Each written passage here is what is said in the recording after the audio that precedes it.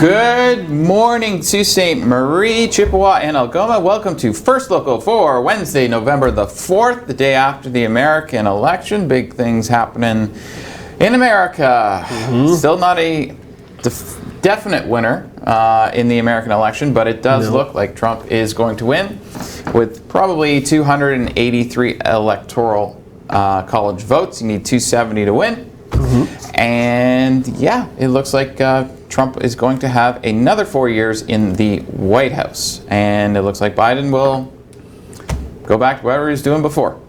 Maybe golfing to run again, I guess. Whatever. Yeah, maybe run again in 4 years. I mean, of course, it's not called yet completely, but that's the way it's looking. And Biden will win the popular vote. Yes, but that was expected anyway. Oh yeah. You know, and it doesn't work that way with their system there, like here with popular vote.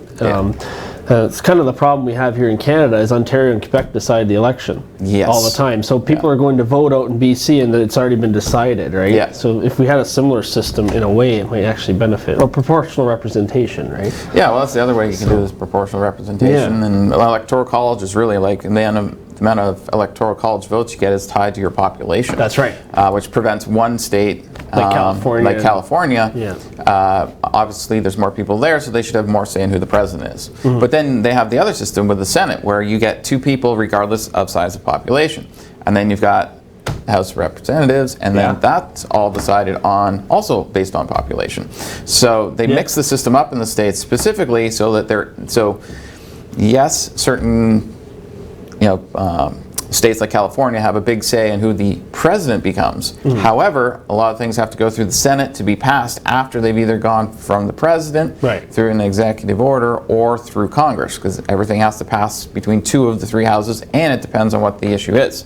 But we will get to the Senate as well, because the Senate, no one has a majority there as well. I'm seeing that. The Senate and the House is very close too. Yeah, and Democrats you've got leading right two independents in there, which are really threw a monkey wrench in, because there is absolutely no way right now for Democrats or Republicans to get to a 51-seat majority, which means going forward, they're going to have to work together. It's kind of like the minority situation here in Canada. The U.S. Senate is now similar to the House of Commons here, where you've got a minority, and no one's going to be able to just push anything through. They're actually going to have to cooperate and work together. Who knew politicians were supposed to do that? You don't see that a lot. You don't really see that a lot. Usually have it's always us versus them. And then now in the Senate, it's now us. There's no way to force something through. That's right. Without getting to that 51. And actually, the vice president's the deciding vote. So you really need 50 because there's 100 seats. So 51 gives you an automatic majority. If you can get to 50, the vice president is the tie breaker. So really, if the Republicans could have got to 50, they could have used Pence as the tiebreaker. But at 47 to 45 with two independents and one outstanding right now, there's no way for the Democrats to get there, because the vice president only gets a vote if it's tied. If they had 49, for example, and then Pence can't vote. It's only on a tie. And it doesn't have to be a tie on, like, the 50 tie could be 25 Democrats, 25 Republicans voting on something, and then the vice president would be the deciding vote. So, similar to the speaker here in the House of Commons, it would act as a tiebreaker. Exactly. In the rare case there's a tie. In the rare cases that there are tiebreakers.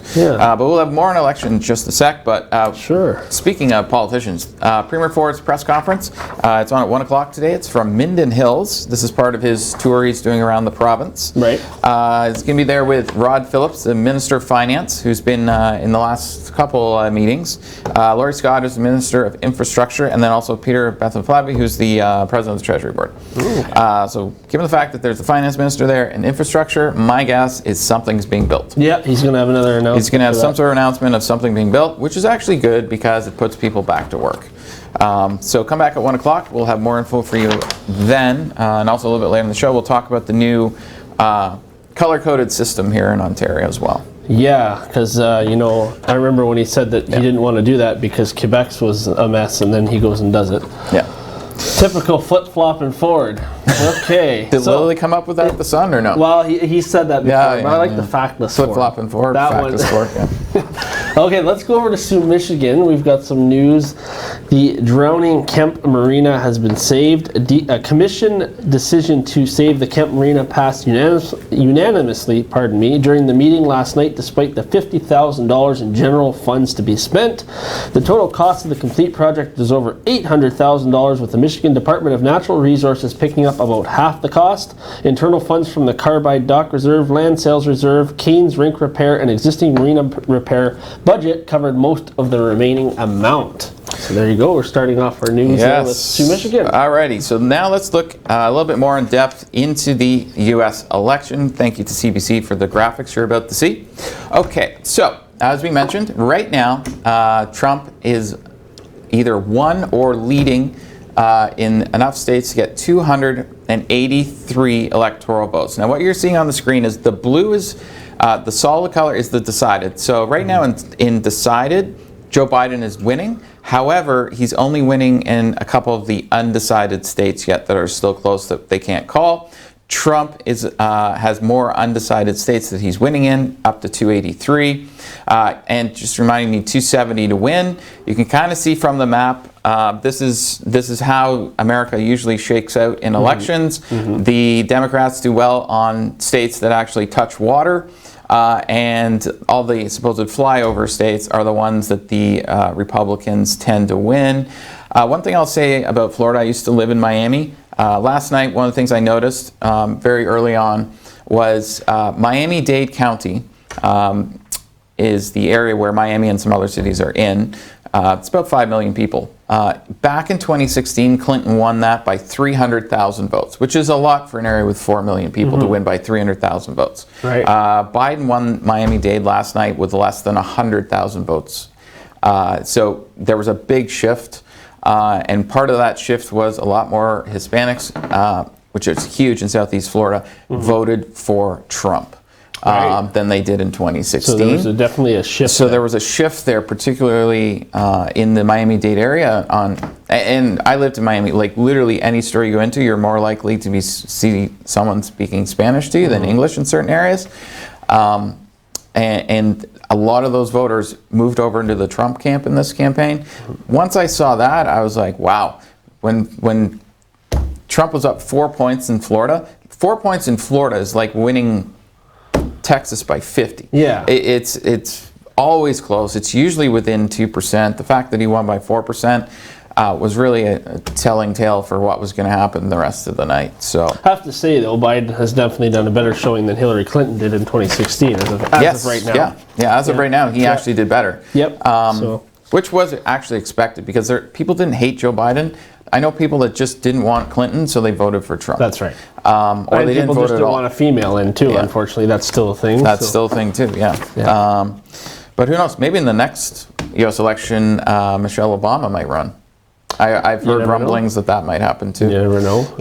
I mean, imagine Biden and Michelle Obama as a ticket in 2024. I don't know how the Democrats wouldn't win that election. Okay, moving along. Crime. We have a series going on called Crime Running Wild in the Sioux. Another one came out last night. We're talking about specific crime statistics, including the overdose statistics. But first, these are the police statistics. Now, this is comparing January of 2019 to August of 2019 versus January to August of this year. Now, overall reported incidents in the city are down for crime. However, attempted break-and-enters are up 143% year over year. Theft from vehicles is up 57% year over year. And break-and-enters into businesses are up 44%. Now, looking at just opioid-related data that we got from Algoma Public Health, since 2015, the Algoma region has experienced a rise in opioid deaths. Now, in 2018 was the previous worst year on record with 26 opioid-related deaths in Algoma. In the first half of 2020, just the first 6 months, we already have 26 confirmed opioid-related deaths. Opioid-related deaths, and 4 that are not confirmed yet. They're waiting for the toxicology to come back. Just so you understand how it works, it takes about 3 months to get the toxicology reports back. So the fact that we're already at the 2018 number with toxicology reports back, you're going to see it be much higher. It's going to be, this year, the total amount of opioid deaths in Algoma is probably going to be between 52 and 60. This is something. So this is something we need a treatment center, and I've banged on this over and over and over again. We do not need a fourth ice rink in the downtown. We need a treatment center. And so folks, we've had politicians, zero. call your politicians, call the mayor, call Romano, call Sheehan, and say, look, stop building parks. We need a treatment center. Yeah, and put it in perspective, we've had 0 deaths from COVID-19 in our region.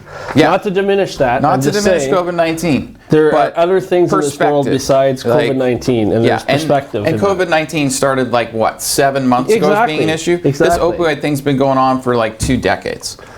Yeah, okay, we'll get to the weather here. Jeez, we've been get to the weather. Please make me nice. I'm feeling a little bit of a heart attack coming on right now. Take a drink. Now, you're going to love this forecast. Okay, let's look at our camera. It's we're going to see some good weather today. The sun is out.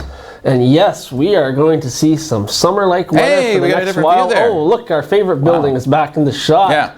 That's the building to call to say, hey, we need a treatment center. So you call that building.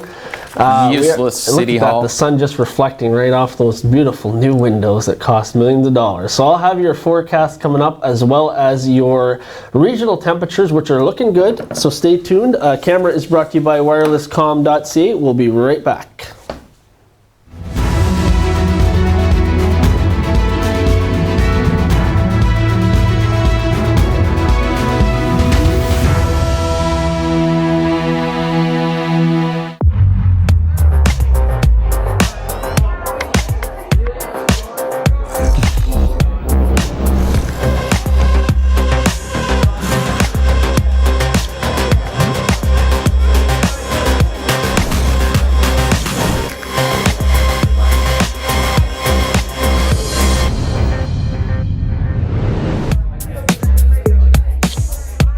A message from the Government of Canada. What's life without making a few mistakes down the road? A few sharp turns. And doing things for what we adore, but might regret later. A trip to Chuck's Roadhouse isn't one of them. With melt-in-your-mouth AAA steaks, buttery lobster tail, half-priced apps after 9 p.m., an ice-cold draft with all your Roadhouse favorites. Chuck's Roadhouse. Food the way it ought to be, priced the way it used to. It's been a while since I've seen Joe. We were a couple of pranksters, and Joe was always full of surprises. But today, he's the one in for a surprise. The thing is, Joe doesn't live here anymore. For people living with dementia, getting lost can happen unexpectedly. Are you ready to help? Help people living with dementia live safely in our communities. Contact your local Alzheimer's Society and visit findingyourwayontario.ca. For all those times. Every 3 seconds, someone will develop Alzheimer's, a fatal disease that steals your memories and makes you forget the people you love most. Fortunately, there is hope. Today, researchers believe a cure is just a few years away. It's okay, Daddy, you can go. Just go. For just $9 a month, you can fund research for a cure and make history by ending this disease.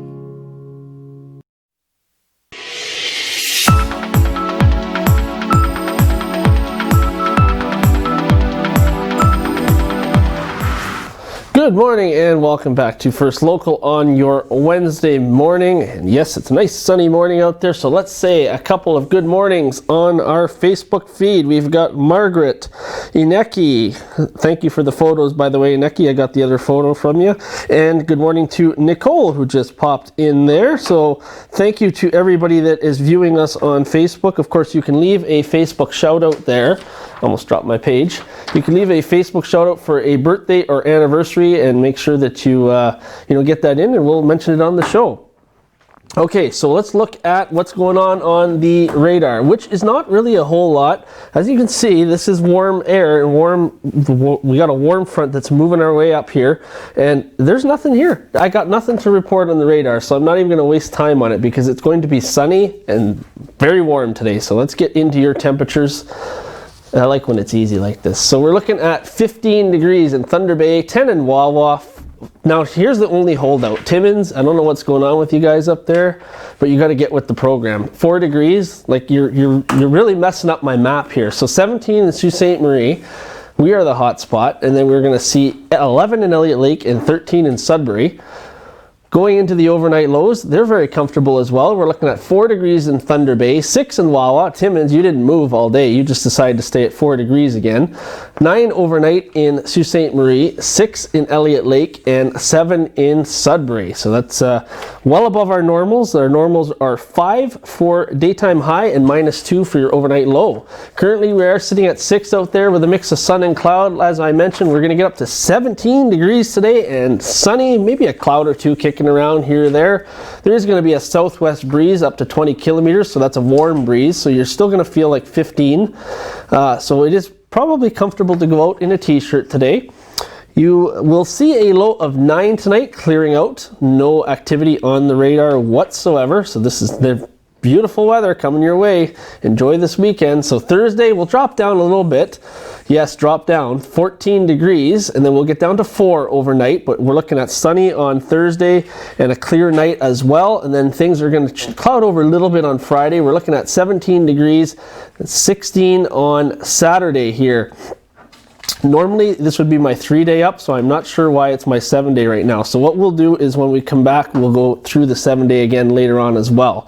So but as I do mention, we are going to see on Friday a mix of sun and cloud, and then a low of 9, and then we're going to see Saturday 16 degrees and a low of 9 as well, with a mix of sun and cloud.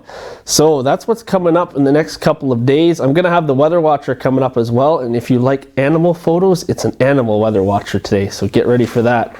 So, while you're on SiouxOnline.com, by the way, you can go to that site, you can subscribe on our YouTube channel and follow us on Facebook and Twitter, and also go to Instagram, which is @OnTVChannel. We have behind the scenes stuff there. Of course, weather goes up on there as well, so make sure you check that out. So Chris and I will be back right after this break with more news. Stay tuned.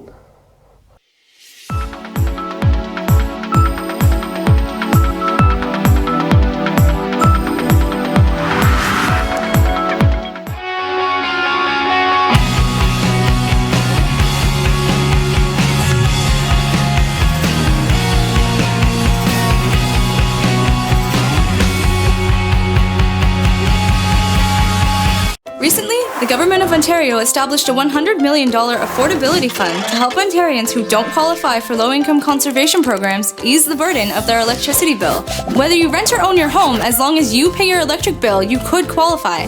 There are 3 levels of support available. The first is a home energy kit with upgrades like smart power bars and LED light bulbs. The second includes Energy Star appliances that help keep things cool during the hot summer months. The third is for electrically heated homes so that your power bills don't break the bank during those long Canadian winters. Plus, all upgrades, including installation, are completely free of charge. Visit affordabilityfund.org or call 1-855-494-FUND to find out if you qualify.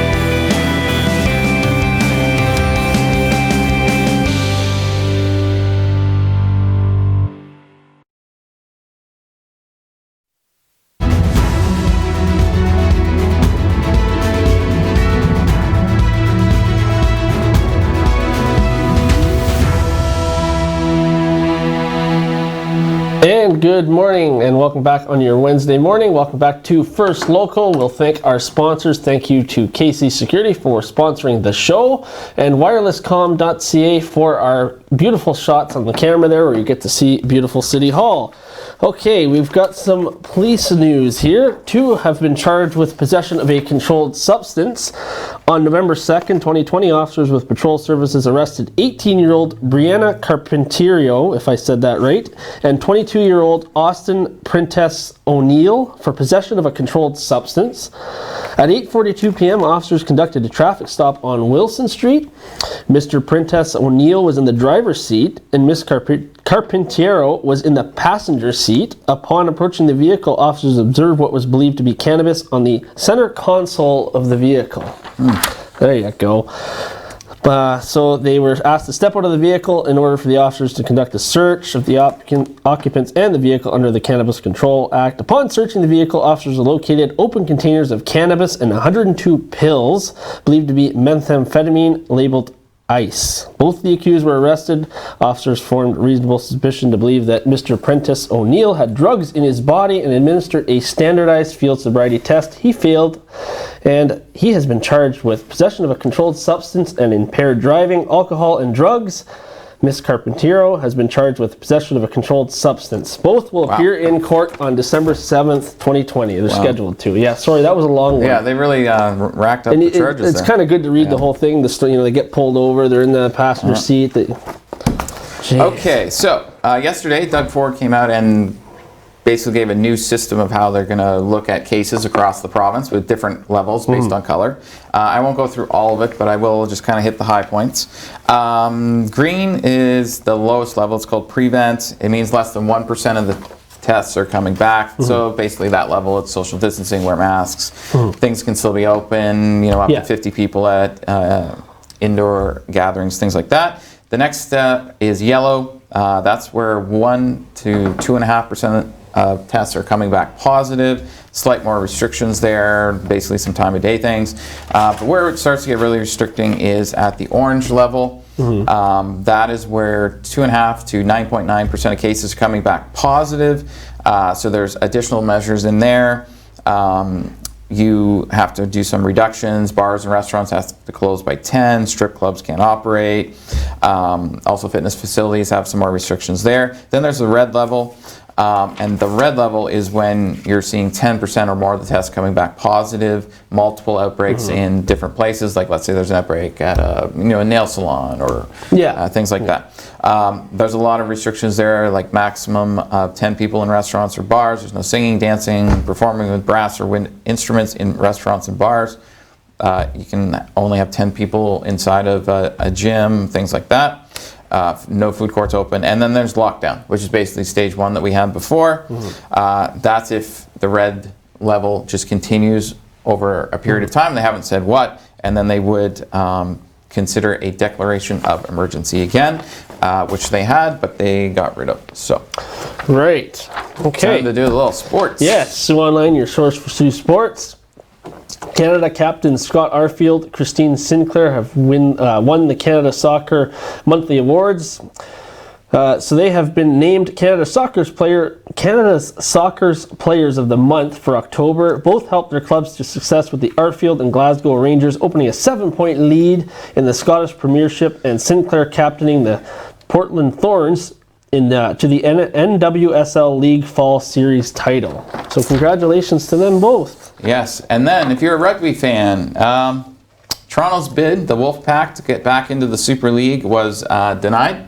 But the Super League, which is the highest level rugby league in the Northern Hemisphere, they voted to put in a 12th team. There was 12 teams. Toronto couldn't meet some financial requirements.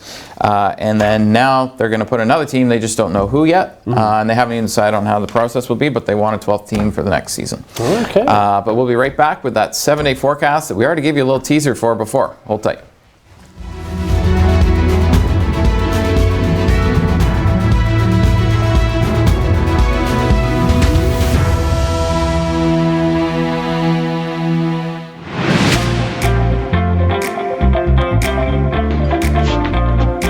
You know what? You've got spunk. Well, I hate spunk.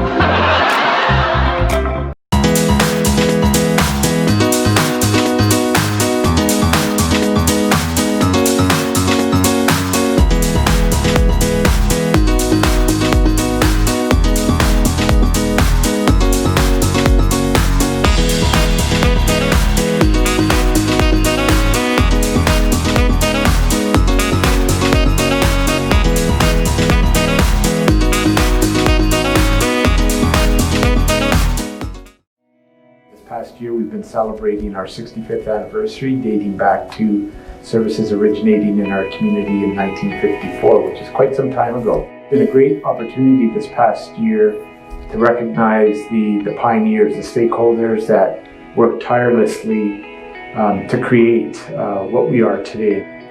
I'm grateful for everything that the families 65 years ago and the people that assembled the organization have done in order for us to achieve the success that we're experiencing 65 years later. Melly, did you know that the Bush Plain Heritage Center is celebrating 30 years this year? Wow, great for them. Did you know that if you're at the Bush Plain Museum, that you're only 12 minutes and 7 seconds away from Maitland Ford Lincoln? Really? Maitland Ford, it's closer than you think. Whether it be a story out of Queen's Park or Parliament Hill, there's always a unique local perspective to be had. It's vital to our democracy to make sure everyone's concerns are taken seriously and that the public is well informed. And that's why local news is important.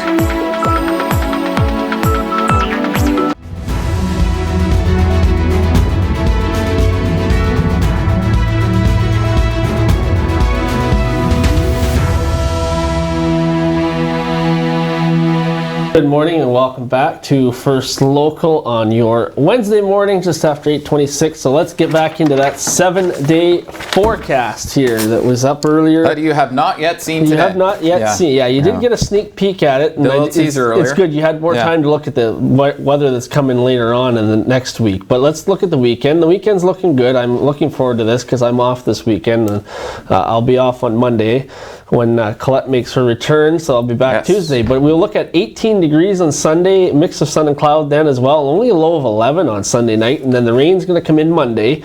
We'll maintain those temperatures, but then we're dropping by Tuesday and Wednesday. We're down to 6, and then overnight low of 2. So we will start to decline back to more seasonable temperatures. Now let's look at our Weather Watcher photo, and yes, this is a corgi. Super corgi sent in from Linda. She has sent me other photos too, so I may feature another one coming up in the next week. But yes, this was sent in. This was the Halloween costume. So beautiful photo there. Thank you, Linda. And send your photos, weather related, or if you have pets, we like pet photos, send them to ontvweather@gmail.com. Include your name and location. They go up on our show as well as SiouxOnline.com. Wow, that dog actually looks kind of happy. Yeah. He doesn't look like, man, this is embarrassing. Please don't take this photo. He's like, no, like, just tongue. All my dogs out, that I've had have absolutely hated when I put a costume of any kind on. They just don't want it. They're just not interested. Yeah. They're like, well, I don't understand this clothes thing. Why are you putting like reindeer ears on me? Yeah. You know, things like that. Yeah, like I'm not impressed. They're just like, yeah, they would just sit there like, please take this off. Okay, some more COVID news here on the Canadian side. Yesterday we had 1,050 new cases of COVID-19, 14 additional deaths, and 408 of those cases were in Toronto, 212 were in Peel, 86 in Halton, 76 in York, and 57 in Durham. So basically almost all the cases were in the what's called the Greater Toronto Area over into the Hamilton area, because that's where kind of like Halton is. Most of these areas are already on the most strictest parts of COVID-19. They're in a modified stage 2. That modified stage 2 actually expires later this week, so it'll be interesting to see what Ford does. He did announce that colored system we just mentioned. If you want to see the full breakdown of how that colored system works for the different levels of requirements and restrictions, you can go to our website and check that out. But yeah, so like, we could be seeing some sort of restrictions even up here, depending on our positivity rate as well going forward. We did about 25,300 tests yesterday. That means our total number of cases now has hit 78,705. It includes 3,166 deaths. Now, speaking of Doug Ford, we will be back at 1 o'clock. Ford will be here. He's going to be coming from Minden Hills today. It's with Rod Phillips, Lori Scott, and Peter Bethan Flavy. So make sure you come back at 1 o'clock for that. Have a fantastic morning. See you at 1, everybody.